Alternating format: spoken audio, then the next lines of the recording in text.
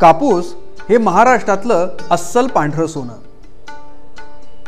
दिवसेंदिवस उत्पादनाचं घटतं प्रमाण आणि भावातील चढउतार यामुळे शेतकरी हवालदिल झाला आहे.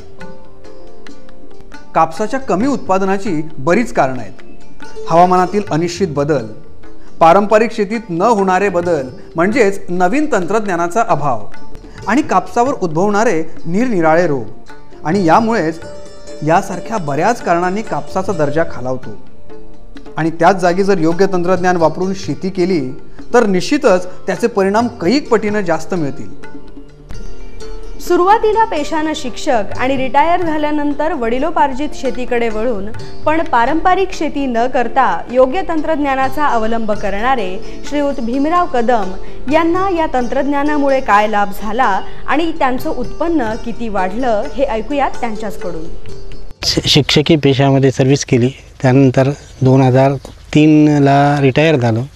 वडिलोपार्जित शेती असल्यामुळं नोकरी असतानासुद्धा शेती करत होतो. रिटायर झाल्यानंतर पुन्हासुद्धा शेतीला पूर्ण वेळ देऊ शकलो. पारंपरिक पद्धतीने शेती केल्यामुळं शेतीचं जे उत्पन्न होतं ते फारच कमी उत्पन्न होत होतं. परंतु आता या आधुनिक तंत्रज्ञानात आधुनिक पद्धतीनं शेती करायला लागल्यानंतर बऱ्याचशा प्रमाणात उत्पन्नाची वाढ झाली. मी याच्या अगोदरसुद्धा 2-3 वर्षाखाली कापसाचं पीक घेतलं आणि उत्पन्नसुद्धा भरपूर काढलं. जवळजवळ एकरी 20 क्विंटलचा उत्पन्न मी काढलं.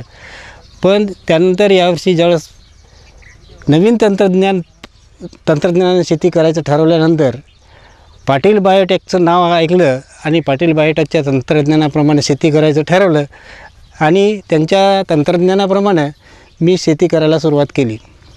यावर्षी 6 जूनला मी कापसाची लागवड केली आणि पाटील बायोटेकच्या तंत्रज्ञानाप्रमाणे किंवा त्यांच्या मार्गदर्शनाखाली या कापसाची लागवड केली.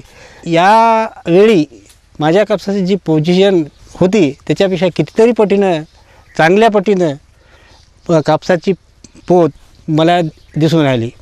दुसरी गोष्ट, दरवर्षी या दिवसामध्ये जे माल लागत होता किंवा जे घाटरं पकत होते त्या मानानं यावर्षी घाटराची त्या बोंडाची संख्यासुद्धा जवळजवळ 1.5 पटीने जास्त आहे. आता सरासरी या माझ्या कापसाला 70 बोंडी पकलेली आहेत आणि शिवाय वर फ्लॅशसुद्धा आहे.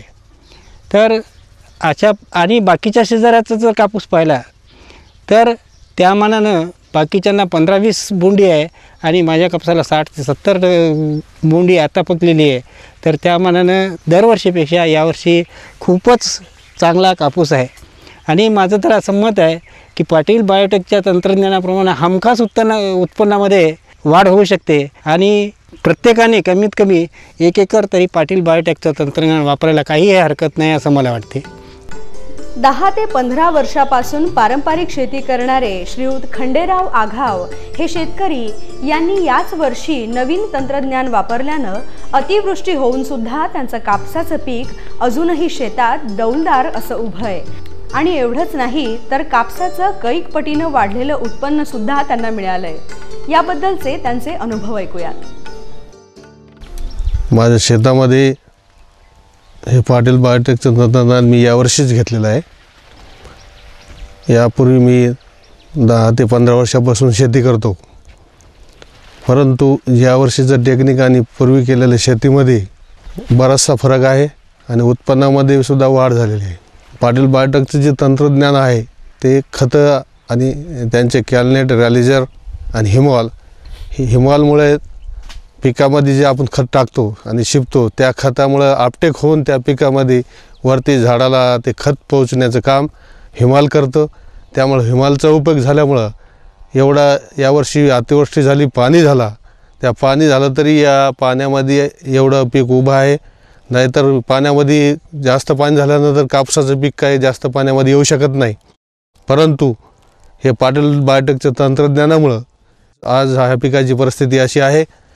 आणि पाटील बायोटेकच्या पहिलं सुरू आम्ही परभणला यांचा कार्यक्रम होता त्या माहिती आधारे आम्ही यावर्षी हा प्रोग्राम घेतला. 10 ते 12 एकरमध्ये घेतला आम्ही.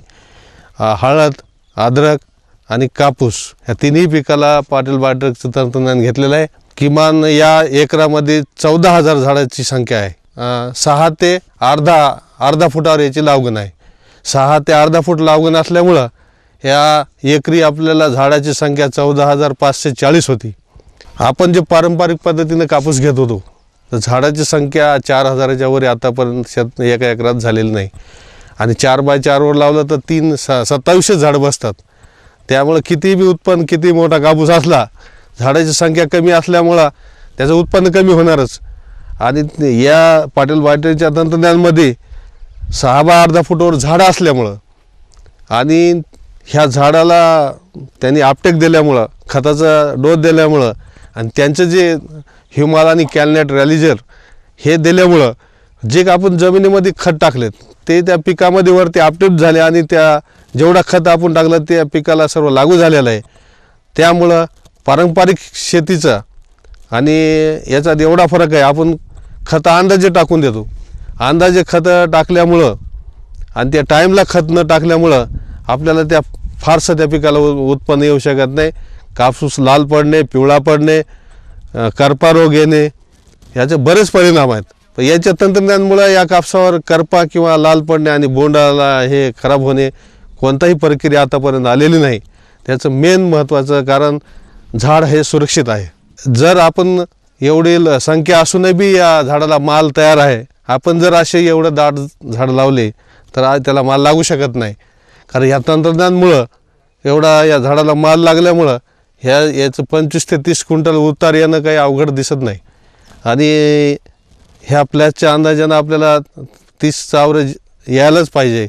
कारण झाडाची संख्या, बोंडाची संख्या ही आता आपल्या समोरच आहे. आणि अद्रकला सुद्धा जे आपण तंत्रज्ञान दिलं त्या अद्रकच्या तंत्रज्ञानाला सुद्धा चांगला प्रतिसाद मिळालेला आहे. आणि सरीमध्ये जर हळद आपण टाकली असती आणि यावर्षीचं जर पावसाचं त्याला एवढ्या पावसामध्ये हे झालं असतं तर हळद आणि अद्रक खराब झाली असती किंवा सडली असती. परंतु हे पाटील बायोटेकचं तंत्रज्ञान घेतल्यामुळं, त्यांनी बेड पद्धत केल्यामुळं, बेड पद्धतीमुळं ते हळदीचे झाड वरी असल्यामुळं एवढा जरी पाणी पडला तर त्या पाण्यामध्ये त्या हळदीला काही धक्का लागलेला नाही. त्यामुळं ते पीक एकदम चांगलं आहे. म्हणून आता आम्ही सर्व शेतकऱ्याला सांगत आहोत किंवा आपण स्वतः पहा, ज्याच्याकडे 10 एकर शेती आहे त्यांनी किमान 2 एकर तरी करून पहा. स्वतः केल्यानंतर आणि आपल्याला स्वतः अनुभव आल्यानंतर आपोआपच शेतकरी पाटील बायोटेकचं तंत्रज्ञान घेतील. श्रीयुत खंडेराव आघाव यांची नवीन तंत्रज्ञानानुसार केलेली कापसाची लागवड पाहून जुन्या आणि पारंपरिक पद्धतीने शेती करणारे शेतकरी हे सुद्धा आता नवीन तंत्रज्ञानाकडे वळून त्यानुसार शेती करण्याचा निश्चय करतायत. ऐकूयात त्यांचं नवीन तंत्रज्ञानाविषयीचं मत. मी पारंपरिक पद्धतीने शेती करणारा जवळपास 10 ते 15 वर्ष झाली शेती करतो.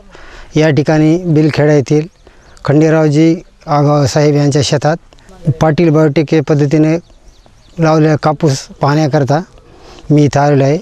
आमच्या पारंपरिक शेतीपेक्षा पाटीलच्या प्रमाणे केलेल्या शेतीत बरंच फरक जाणवला आणि उत्पन्नात बी बरेच वाढ दिसली. आता आम्ही जुन्या पद्धतीनं शेती करतो त्यात काय एकरी कापसाला 6-7च्या वर ॲव्हरेज येत नाही. या पाटीलच्या प्रमाणे शेती केल्यानंतर जवळपास 25-30 क्विंटल एकरी ॲव्हरेज येते. जुन्या पारंपरिक पद्धती 4x4 प्रमाणे कापूस लागवड करीत होतो, पण आता यावर्षी नवीन तंत्र निघालं पाटील बायोटेकप्रमाणे. तरी आघाव साहेबांनी 6x अर्धा फूट याप्रमाणे लागवड केलेली आहे. त्याच्यामुळे झाडाची संख्या दुप्पट एकरी बसलेली, त्या परिणामी उत्पन्नात वाढ झाली. मी 20 वर्षापासून शेती करतो जुन्या पद्धतीनं, पण ही पद्धत वेगळीच नवीन वाटली आम्हाला. आमची जी शेती आहे पहिली तिच्याकरता कितीतरी पट कपासही चांगली वाटली. आता बायोटेक पाहून आम्हालासुद्धा वाटायला की बायोटेकचा कापूस हे भरपूर होईल. आणि झाडाची संख्या त्यांनी 6x अर्धा लावलेली आहे. याच्यात उत्पन्नात भरपूर वाढ होईल. 20-25 क्विंटलचा ॲव्हरेज येण्याची शक्यता आहे. पाऊस यावर्षी भरपूर झालेला आहे, तर आमच्या इकडं पिवळेपणा, बुरशी रोग बरेच प्रमाण असे झालेले आहेत की फवारणी करूनसुद्धा. पण इथल्या याच्यात पाने, पाते, फुले एकदम आनंद असल्यासारखे एकदम हिरवे गच्च आहेत. इतका पाणी होऊन पण हे कापूस पिवळा नाही, लाल्या नाही, रोग नाही आणि माल पण भरपूर आहे, उंची पण वाढलेली. पाटील बायोटेकची जी पद्धत आहे 6 फुटाचं अंतर आणि 4 ते 6 इंच या 2 झाडाचं अंतर, हे अंतर आणि याच्यात ह्युमालिन रिलीज याच्यामुळं हे कापूस कोणताही याच्यावर रोगाची प्रतिकारशक्ती भरपूर असल्यामुळं कोणताही रोग याच्यावर पडलेला नाही आणि माल पण भरपूर लागलेला आहे, उत्पन्न पण भरपूरच येणार आहे. पाटील बायोटेक्नॉलॉजी हे शेतकऱ्यांनी यूज करायला पाहिजे, वापरायला पाहिजे. नवीन तंत्रज्ञानाच्या वापरानं भरघोस तसंच बऱ्याच पटीनं जास्त उत्पादन तर मिळतंच, पण पिकाची रोगप्रतिकारक क्षमता वाढवून कोणत्याही प्रकारच्या रोगाला बऱ्याच मोठ्या प्रमाणावर प्रतिबंध लागतो. कापसासारखं पीक अतिवृष्टीनं अक्षरशः शेतात नष्ट होऊन जातं. आता त्याच पिकाला जर आपण नवीन आणि योग्य तंत्रज्ञान वापरलं तर हाही धोका टळू शकतो. आणि मग या पांढऱ्या सोन्याच्या झळझळत्या अशा डौलदार शेतात शेतकरी राजा अभिमानानं छाती फुलवून म्हणू शकतो, आम्ही काळ्या मातीत पांढरं शुभ्र सोनं पिकवतो.